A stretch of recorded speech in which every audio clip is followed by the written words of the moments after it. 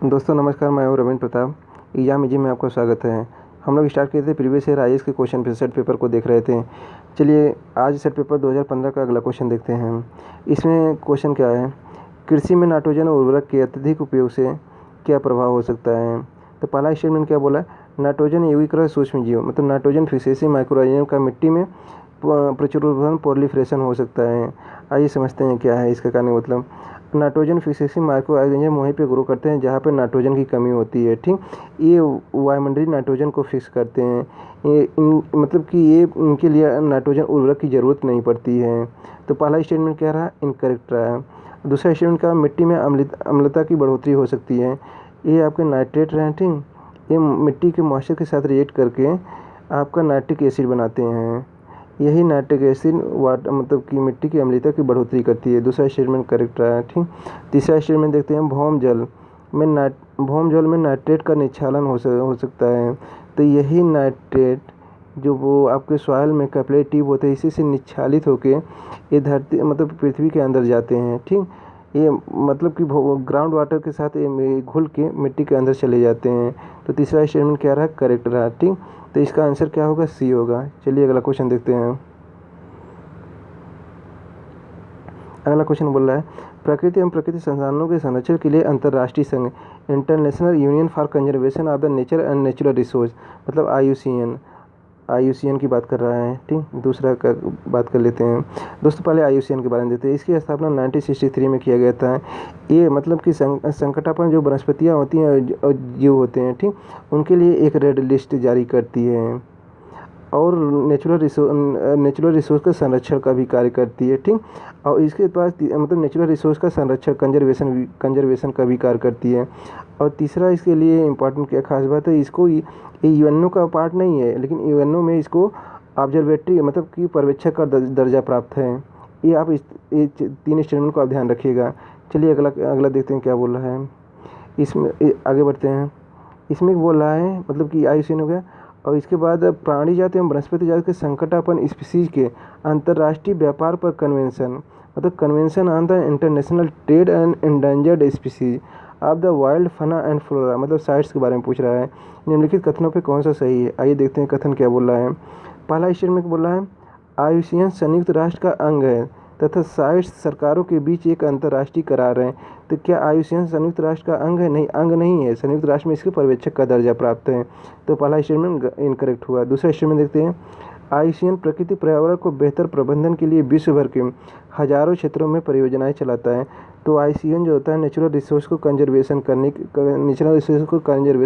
और संरक्षण के लिए विभिन्न प्रोजेक्टों को मतलब प्रोजेक्ट चलाता है ताकि नेचुरल रिसोर्स को सुरक्षित रखा जा सके। दूसरा स्टेटमेंट करेक्ट हुआ। तीसरा स्टेटमेंट देखते हैं। तीसरा स्टेटमेंट बोल रहा है, साइट्स उन राज्यों पर वैध रूप से आबादकार है मतलब उनके लिए ज़रूरी है जो इसमें शामिल हुए हैं, लेकिन यह कन्वेंशन राष्ट्रीय विधियों का स्थान नहीं लेता है। मतलब कि ये राष्ट्र जो इसके मेंबर हैं उनके लिए तो ये ज़रूरी है, लेकिन अगर कोई कंट्री अपना कोई कानून बना सकता मतलब नेचुरल रिसोर्स को संरक्षण के कोई कानून बनाना सकता है वो बना सकता है। ठीक, वो इसका स्थान नहीं लेंगे। तो तीसरा स्टेटमेंट भी करेक्ट है मतलब दूसरा और तीसरा स्टेटमेंट करेक्ट है, पहला स्टेटमेंट इनकरेक्ट है। इसका आंसर क्या बनेगा दोस्तों, तो बी बनेगा। चलिए अगला क्वेश्चन देखते हैं। अगला क्वेश्चन क्या बोल रहा है, गन्ने की उचित एवं लाभप्रद कीमत को निम्नलिखित में से अनुमोदित करता है मतलब एफआरपी के बारे में पूछ रहा है। तो पहले हम समझते हैं एफआरपी क्या होता है। पहले इसको देखते हैं, फेयर एंड रिम्यूनरेटिव प्राइस बोला जाता है, एफआरपी को बोला जाता है। तो एफआरपी क्या होता है, जैसे एक चीनी मिल है, ठीक, एक गन्ना है। एक गन्ने की कास्ट को जब ये चीनी मिल खरीदता है तो इसके कास्ट का उचित मूल्य मतलब उचित कीमत को मतलब जो चुकाया जाता है उसी को एफआरपी बोला जाता है। मतलब कि जो इसकी कास्ट है, गन्ने की जो कास्ट लगी है तो इस पर जो इसको लाभ मतलब जो लाभ देता है उसी को कहते हैं फेयर एंड रिम्यूनरेटिव प्राइस बोला जाता है। तो ये मतलब कि इसका अनुमोदन कौन करता है, तो इसका अनुमोदन आपका आर्थिक मामलों के मंत्रिमंडल मतलब कि आर्थिक मामलों के मंत्रिमंडल इसका अनुमोदन करता है। किसकी संस्तुति के आधार पर, कृषि लागत एवं कीमत आयोग मतलब सीएसीपी मतलब सीएसीपी इसको रिकमेंड करता है और सीसीईए ये मतलब इसको लागू कराता है। अब CACP क्या होता है दोस्तों? तो CACP का आपका पूरा नाम होता है commission for agriculture cost and price बोला जाता है। Commission for agriculture cost and price बोला जाता है, जो इसको रिकमेंड करता है। और CCE है। CCE दोस्तों इसका पूरा नाम क्या था? Cabinet committee of economic affair. ये इसको इम्प्लीमेंट करता है, लागू करता है। यही रहा इसका। तो इस हिसाब से इसका आंसर क्या बनेगा दोस्तों? तो इसका बनेगा आर्थिक मामलों की मंत्रिमंडल समिति इसको लागू करता है। ठीक, आइए अगला क्वेश्चन देखते हैं। अगला क्वेश्चन, हाँ ये अच्छा क्वेश्चन है। विषुवतीय प्रतिधारा मतलब इक्वेटोरियल काउंटर करंट के पूर्वाभिमुख प्रवाह की व्याख्या मतलब कैसे होती है? अब देखिए इक्वेटोरियल करंट क्या होता है, आइए समझते हैं इसको भी अच्छे से। यह रहा आपका अमेरिकन कॉन्टिनेंट,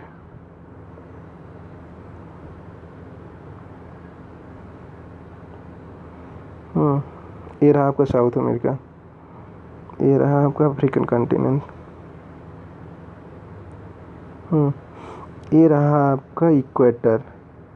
इक्वेटर मतलब भूमध्य रेखा। तो भूमध्य रेखा में जो होता है ट्रेड विंड क्या इधर चलते हैं, पूर्व से पश्चिम की तरफ चलते हैं, इधर से इधर, ठीक, इधर से इधर मतलब पूर्व से पश्चिम में। जब ये चलते हैं, जब ये ट्रेड विंड चलते हैं तो ये अपने साथ और जल को भी यहाँ से ले जाते हैं, चूँकि ये जल के ऊपर घर्षण करते हैं, जल इनके साथ भी खिसकता है। जब जल इधर से आगे बढ़ता है तो ये एरिया क्या होता है? वैकेंट हो जाता है, यहाँ पे जल स्तर लो हो जाता है। ये आगे बढ़ते हैं तो ये कॉन्टिनेंट से टक्कर करते हैं। जब यहाँ पे कॉन्टिनेंट से टक्कर करेंगे तो यहाँ से जल ऊपर उठता है, मतलब यहाँ पे जल की मात्रा अधिक हो जाती है। तो अब ये यहाँ पे जल की मात्रा अधिक हुई, यहाँ पे जल की मात्रा कम हुई।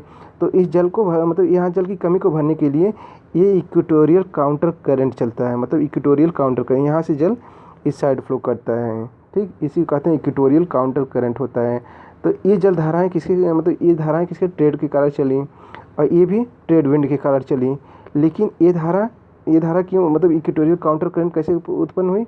इक्वेटोरियल काउंटर करंट ये जो ये जल की कमी हुई थी इसी को बैलेंस करने के लिए, क्योंकि यहाँ से धाराएँ जाई, नीचे से भी धाराएँ गई, यहाँ पे जल की अधिकता हुई। अब इस जल की अधिकता ये अपने साथ काउंटर करंट को जन्म देती हैं, जो इस जल की कमी को पूर्ति करती हैं। इसी को कहते हैं इक्वेटोरियल काउंटर करंट कहते हैं। आगे समझ में देखते हैं इसका आंसर क्या बन रहा है। देखिए पहला आंसर क्या है? पृथ्वी अपने अक्ष पे घूर्णन। तो पृथ्वी अपने अक्ष पे घूर्णन से कोई फर्क नहीं पड़ता है। दो विषुवतीय धाराओं का अभिसरण मतलब दो विषुवतीय, एक इधर से धारा का अभिसरण हुआ, एक इधर से धारा का अभिसरण हुआ, एक कन्वर्जन। ये आपका इक्वेटोरियल करंट रहा है, इक्वेटोरियल करंट रहा है जो ये ट्रेड विंड के कारण उत्पन्न हुई, ठीक। और जब ये कॉन्टिनेंट पे यहाँ पे जल की अधिकता हुई तो इसी को बैलेंस करने के लिए आपका इक्वेटोरियल काउंटर करंट की उत्पत्ति हुई। मतलब इक्वेटोरियल काउंटर करंट के ये जाके आपका करंट कन्वर्ज हो गए, तो यही बोल रहा है। तो इसका आंसर क्या हो जाएगा? बी हो जाएगा। चलिए अगला क्वेश्चन देखते हैं। अगला क्वेश्चन क्या बोल रहा है? श्रीशैलम। ये श्रीशैलम मंदिर कहाँ पे पाया जाता है? नल्लामलाई मतलब आंध्र प्रदेश में पाया जाता है। और दूसरा कहा ओंकारेश्वर सतमाला पहाड़ी। ओंकारेश्वर सतमाला पहाड़ी नहीं, ये मध्य प्रदेश के मधानता में पाया जाता है, मधानता पहाड़ी पे पाया जाता है। और दूसरा क्या रहा? पुष्कर पहाड़ी महादेव पहाड़ी। पुष्कर पहाड़ी महादेव पहाड़ी पे नहीं पाया जाता है, पुष्कर पहाड़ी अरावली में पाया, मतलब अरावली रेंज पे पाया जाता है, राजस्थान में पाया जाता है। मतलब दूसरा स्टेट में भी रंग रहा, तीसरा स्टेट में भी रंग रहा है। कौन सा स्टेट में सही है? पहला है नल्लामलाई पहाड़ी, ये आंध्र प्रदेश में पाया जाता है, ठीक। इसका ये सही रहा है। आइए अगला क्वेश्चन देखते हैं। अगला क्वेश्चन क्या बोला है?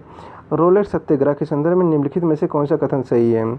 अब पहला क्वेश्चन में था रोलेट अधिनियम सिडनी कमेटी की सिफारिश पर आधारित था, ठीक। हम पहले रोलेट सत्याग्रह के बारे में समझते हैं। रोलेट सत्याग्रह की जरूरत क्यों हुई? दोस्तों 1917 मतलब कि प्रथम विश्व युद्ध की समाप्ति, मतलब प्रथम विश्व युद्ध की समाप्ति कब दिखने लगा था? 1917 के अंत तक दिखने लगा था, ठीक।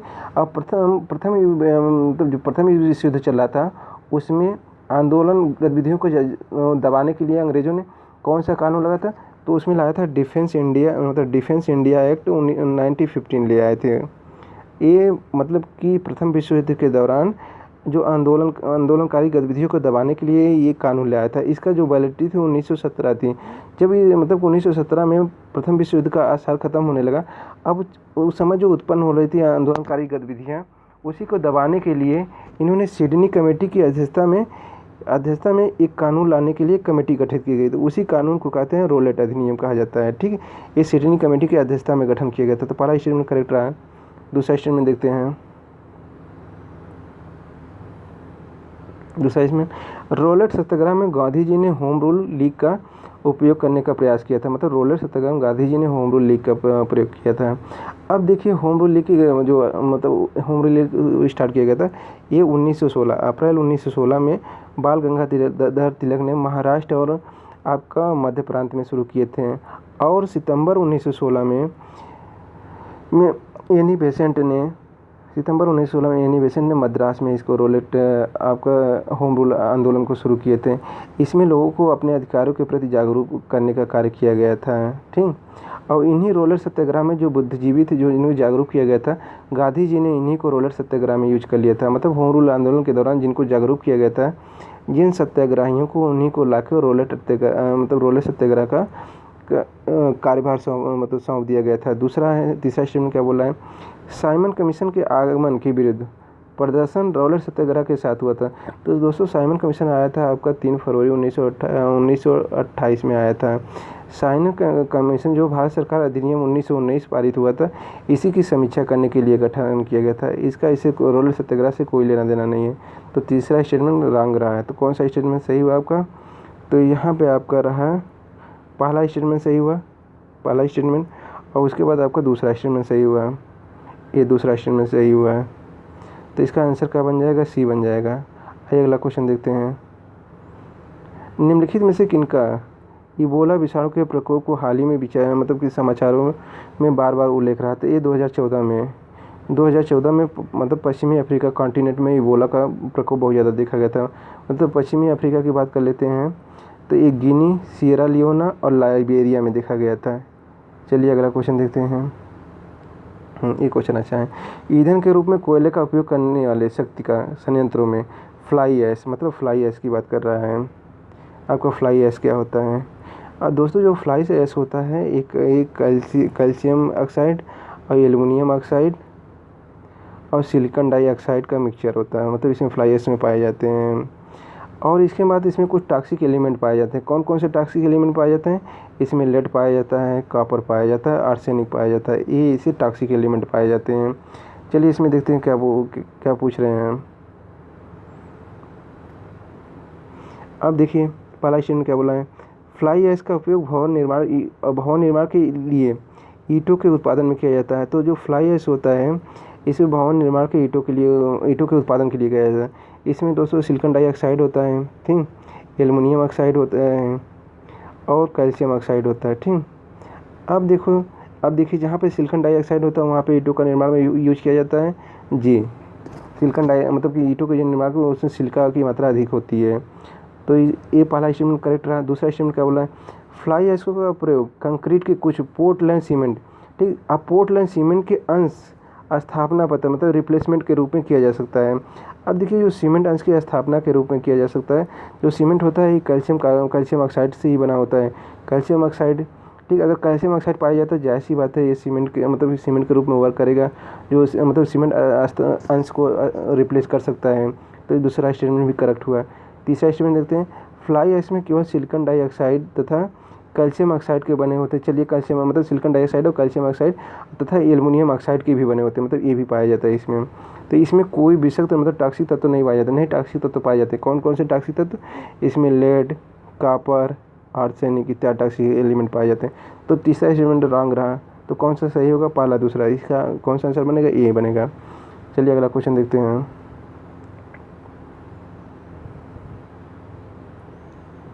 अगला क्वेश्चन क्या बोला है, भारत में पाए जाने वाले स्तनधारी मतलब डुयोंग के संदर्भ में निम्नलिखित में से कौन सा कथन सही है? दोस्तों जो डुयोंग होता है इसको कहते हैं सिकाऊ बोला जाता है, सिकाऊ बोला जाता है इसी को, ठीक। अब काऊ है, जाहिर सी बात है एक शाकाहारी जानवर होगा। पहला स्टेटमेंट सही हुआ। दूसरा स्टेटमेंट, यह भारत के पूरे समुद्र तटों के साथ पाया जाता है। नहीं दोस्तों, इस भारत के पूरे समुद्र तटों के साथ नहीं पाया जाता है। ये पाक स्ट्रेट मतलब पाक जल संधि के पाया जाता है, और मन्नार की खाड़ी, और उसके बाद आपका मतलब कि गल्फ के कच्छ में पाया जाता है, और अंडमान निकोबार में पाया जाता है। पूरे तट के सहारे नहीं पाया जाता है। ये पाक स्ट्रेट, ये यहाँ पे अंडमान निकोबार, यहाँ पे आपका कच्छ की खाड़ी होती है, ये कच्छ की खाड़ी यहाँ पे पाया जाता है, और यहीं मन्नार की खाड़ी होती है, यहाँ पे पाया जाता है, ठीक। ये दूसरा स्टेटमेंट क्या रहा, रॉन्ग रहा। तीसरा स्टेटमेंट देखते हैं, इसे वन्य जीव संरक्षण अधिनियम 1972 के वन्य सूची फर्स्ट के अधीन विधिक संरक्षण के विधिक संरक्षण के रूप में रखा गया है, दिया गया है।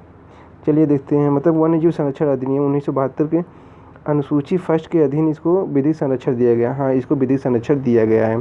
तो पहला स्टेटमेंट और तीसरा स्टेटमेंट सही है। इसका आंसर क्या बनेगा, आपका सी बनेगा। चलिए अगला क्वेश्चन देखते हैं। निम्नलिखित से कौन से भारत के उपनिवेशवाद के आर्थिक आलोचक थे। तो उसमें आर्थिक आलोचना के रूप में दादा भाई नौरोजी जी फेमस थे, जी सुब्रमण्यम अय्यर भी फेमस थे, और आर.सी. दत्त ने। और दादा भाई नौरोजी और आर.सी. दत्त ये दोनों महादेव गोविंद रानडे ने मिलकर कि भारत के आर्थिक इतिहास का भी लेखन कार्य किया था। और दादा भाई नौरोजी, जी सुब्रमण्यम अय्यर, आर.सी. दत्त 1870 से 1905 के अंग्रेज़ों के आर्थिक नीतियों का सर्वेक्षण किया। तो उनकी आर्थिक नीतियों को समझने की कोशिश भी की। ये भारत के संसाधनों का बहुत ज़्यादा दोहन कर रहे थे। तो आप देखते हैं इसका आंसर क्या बनेगा। तो इसका आपको बन रहा है, पहला स्टेटमेंट भी करेक्ट है, दूसरा स्टेटमेंट भी करेक्ट है, तीसरा स्टेटमेंट भी करेक्ट है। इसका आंसर क्या बनेगा, डी बनेगा। ठीक, ये रहा दोस्तों आपके 20 क्वेश्चन का टेस्ट सीरीज। आपको कैसा लगा, रिप्लाई ज़रूर करिएगा। धन्यवाद।